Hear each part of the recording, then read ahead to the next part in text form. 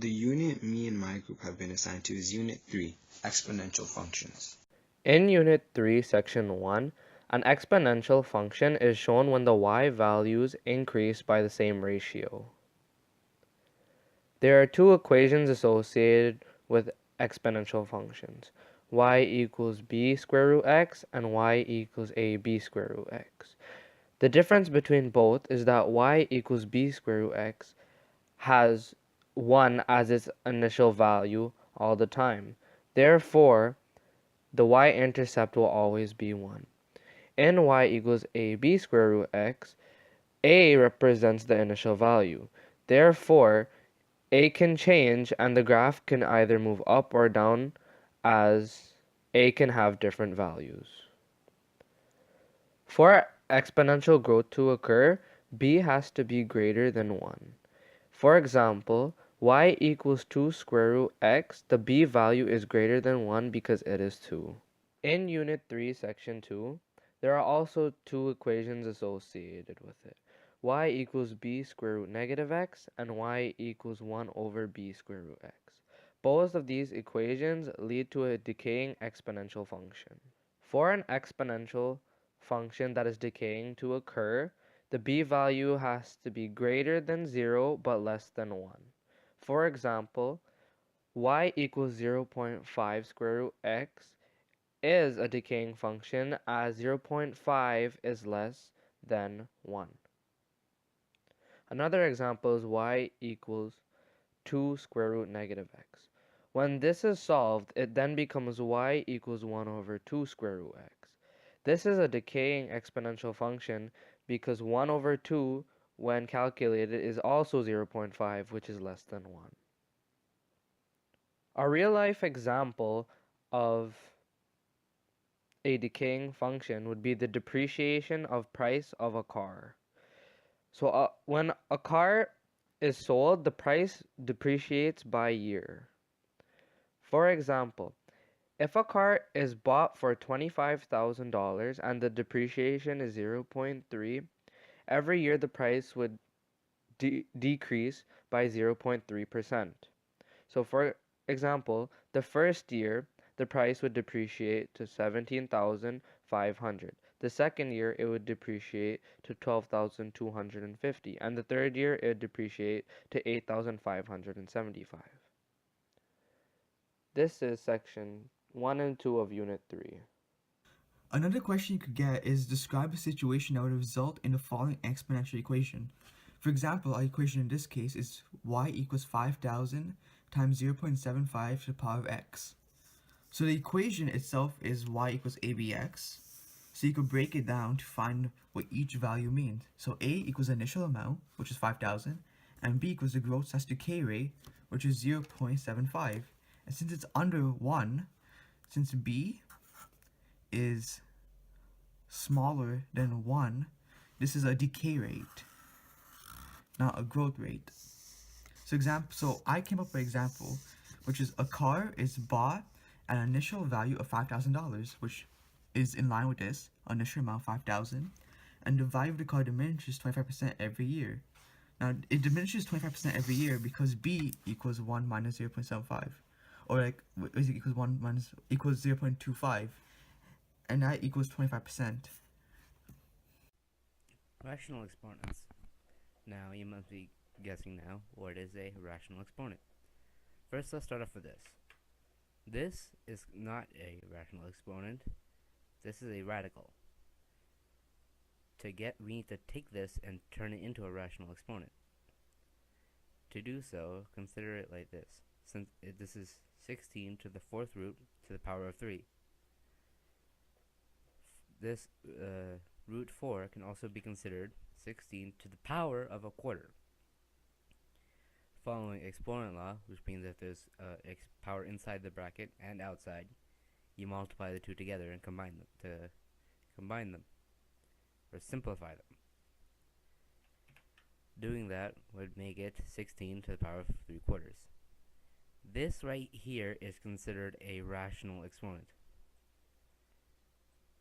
And if you put this into your calculator, you get 8.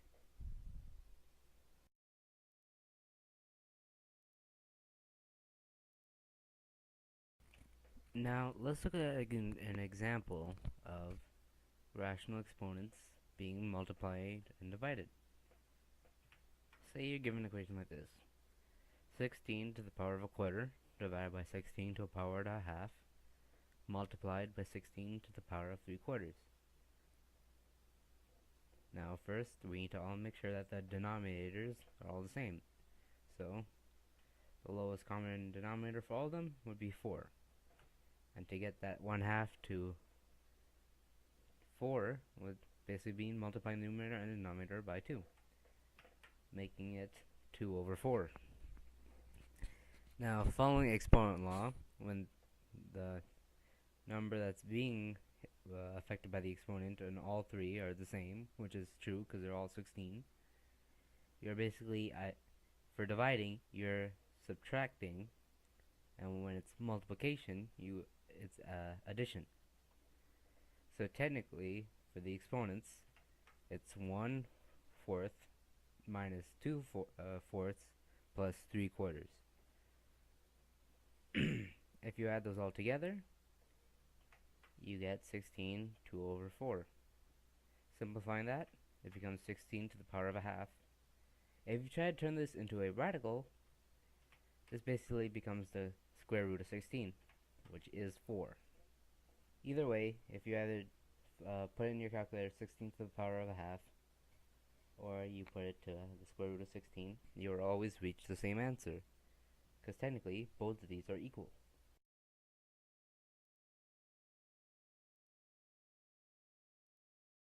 Now, let me show you an example of where rational exponents come into real life examples as well as an example for a word problem.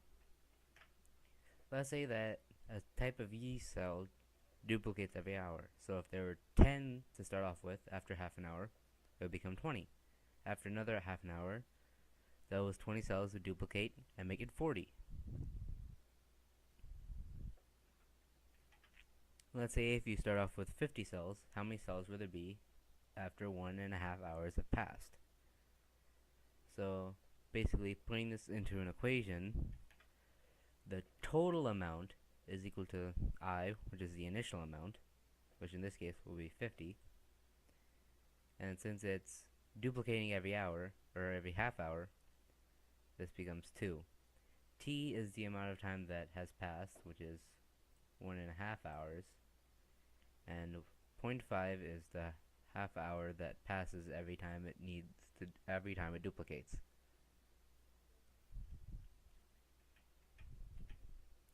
So subbing it in, this becomes T is equal to 50 multiplied by 2 to 1.5 to the divided by 0.5. So simplifying that makes it 50 multiplied by 2 to the power of 3, and 2 to the power of 3 is 8, and 8 multiplied by 50 is 400.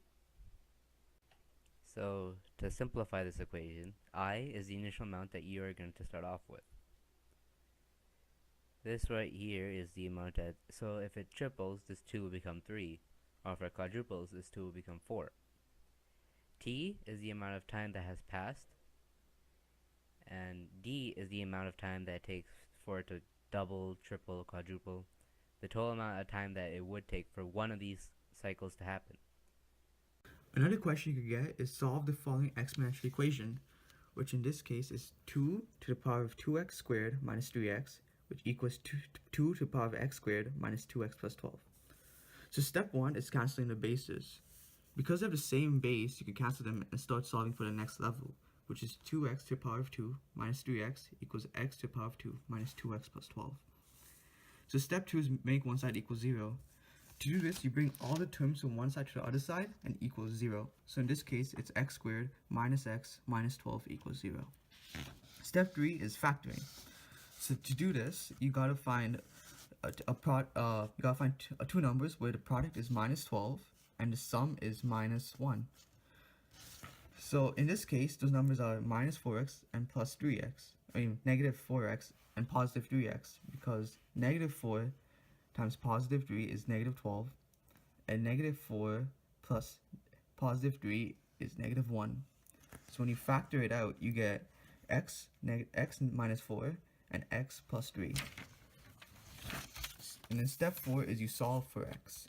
So x minus 4 equals 0 and x equals 4, and then x plus 3 equals 0 and x equals minus 3. X equals negative 3. So then you have two numbers which can equal x and make the expression true. Make this expression true. So exponential functions, when you graph them, can look in 4 different ways. If a is greater than 0 and b is greater than 1, you have a growth rate. If a is greater than 0, but 0 is less than b and b is less than 1, you have a decay rate. If a is less than 0, but b is greater than 1, you have a decay rate. And if a is less than 0, but 0 is less than b and b is less than 1, you still have a growth rate. So over here we have a graph and we're going to find the equation for it. So you can see here that from 1 point to 2 points to 3 points. So from 1 point over here to 2 point, you have 2 boxes. So there's 2 units. And from 2 point to the 3rd point, you have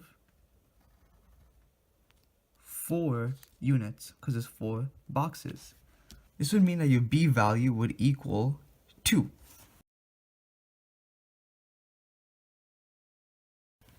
And now you gotta use this to solve for a. So the equation itself is y equals a times 2 to the power of x, because we inputted the b value in here. So now you take any point, so I'm going to take the point of 1 and 8 and input it into the equation. So then this is your y value and this is your x value. So 8 equals a 2 to the power of 1. So 2 to the power of 1, as you know, is 2. So then you divide both sides by 2 to isolate for a. So a equals 4. So now you have your b value and you have your a value. And we know that the equation is y equals a, and we could actually write b here to make it simple for you.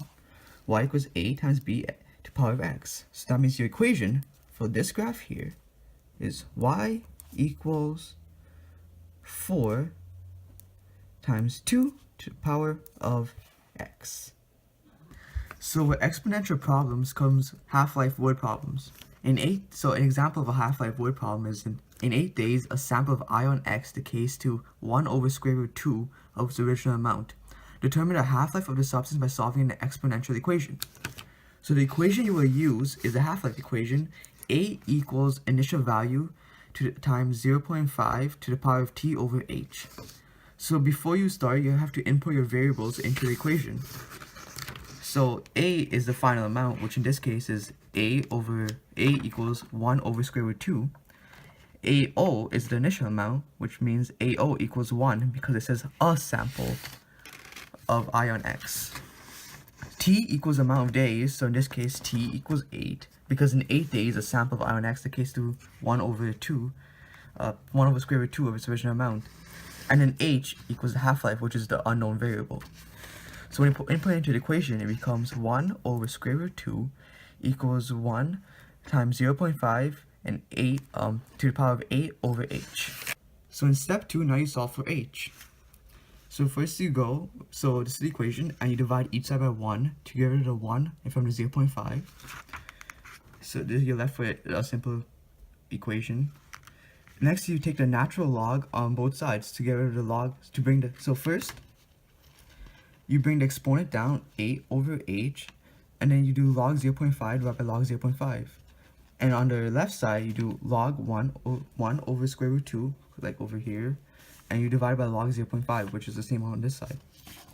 So this would cancel, these cancel each other out, leaving you 8 over h, and the total sum of this is 0.5. So next you gotta solve for h, so you have to isolate for h, and then 16 equals h. So the half-life of an ion X is 16 days.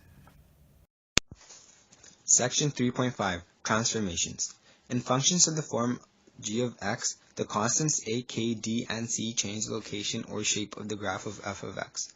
The shape is dependent on the value of the base function f of x equals b to the power of x, as well as on the values of a and k. Horizontal asymptotes change when the function is vertically translated, and vertical asymptotes change when the function is horizontally translated. If a is greater than 1, a vertical stretch by a factor of a occurs. If a is greater than 0 but less than 1, a vertical compression by a factor of a occurs. If a is negative, the function is reflected by the x-axis. If k is greater than 1, a horizontal compression by a factor of 1 over k occurs.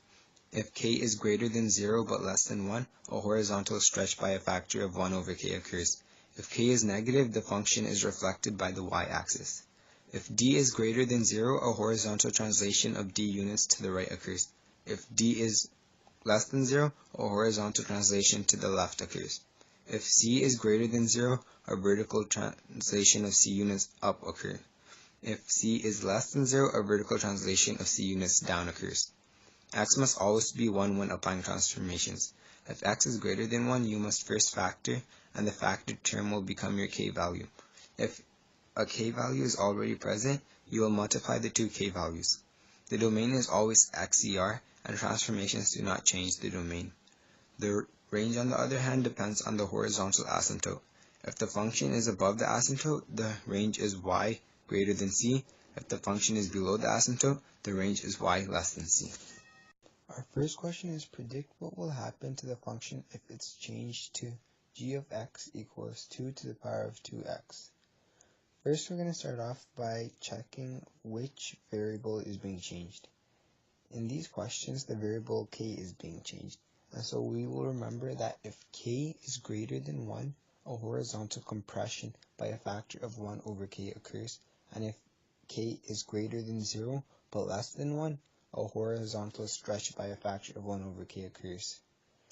In this case, k is 2, which is greater than 1. And so we know that a horizontal compression is happening by a factor of 1 over k, which is 2. We would write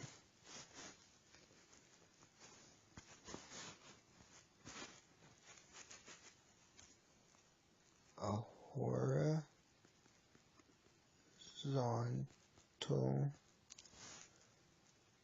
compression by factor of 1 over 2. In the second equation, we have h of x equals 2 to the power of 0.5x. In this equation, the k value, which is 0.5, is greater than 0 but less than 1. And so there is a horizontal stretch by a factor of 1 divided by k, which is 0.5. 1 over 0.5 is equivalent to 2. And so we can write that horizontal stretch is occurring by a factor of 2. So here we go. A horizontal stretch by a factor of 2. In our last equation, we have j of x equals 2 to the power of negative x.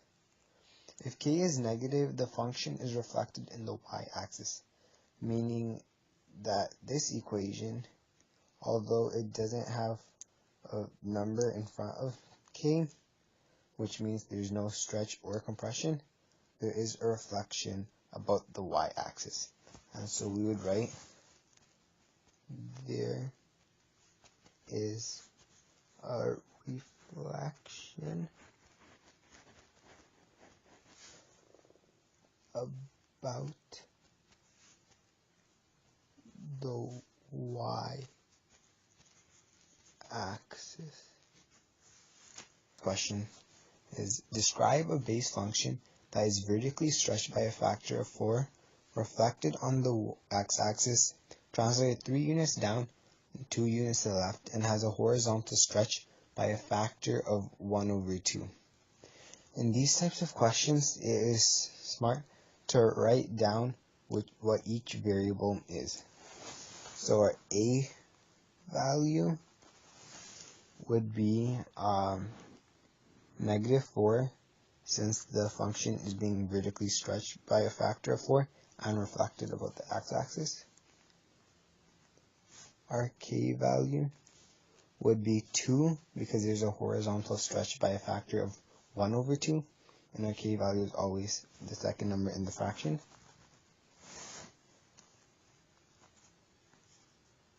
Our c value will be 3 because the graph is moving 3 units down, and our d value is -2 because the graph is moving 2 units to the left.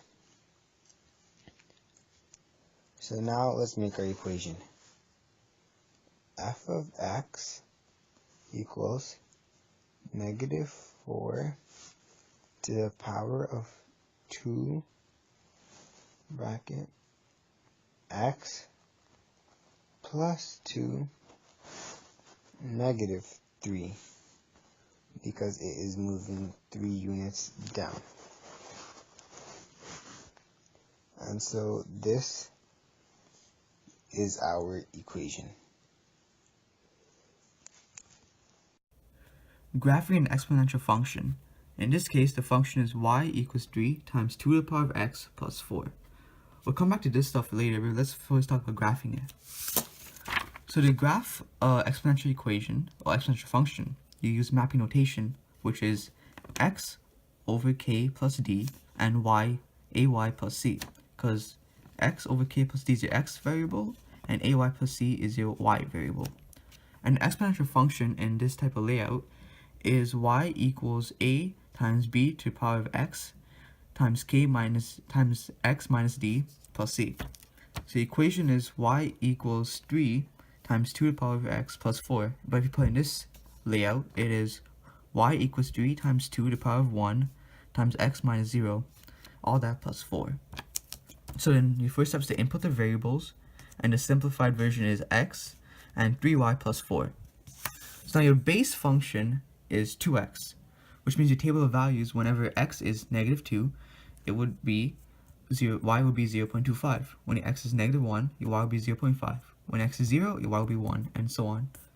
So then, to find out what the transformed points are, which you graph, you got to input them into this equation. So since your x is not being transformed at all, your x equals x, so your x will stay as -2 when the point is -2 and 0.25. But your y point will change because y equals 3y plus 4. So you input the 0.25 into the equation, which would give you y equals 4.75. You do the same thing with the -1 and 0.5 point. X still equals x, so x equals -1, and your y equals 3y plus 4. So you input 0.5 into the equation, and you get 5.5. And you do that with all of these variables, all these values, and then you have the transform points. So then when it's -2, when x is -2, your y is 4.75. When x is -1, your y is 5.5. When your x is 0, your y is 7. When x is 1, your y is 10. And when x is 2, your y is 16. Now you take these, so now let's go on to graphing. Before you even plot your points, you should always draw your asymptote on the graph, so where your points can never go across. So in this case, your asymptote is 4, because that is the c value. So y equals 4, and let's just draw that really quick.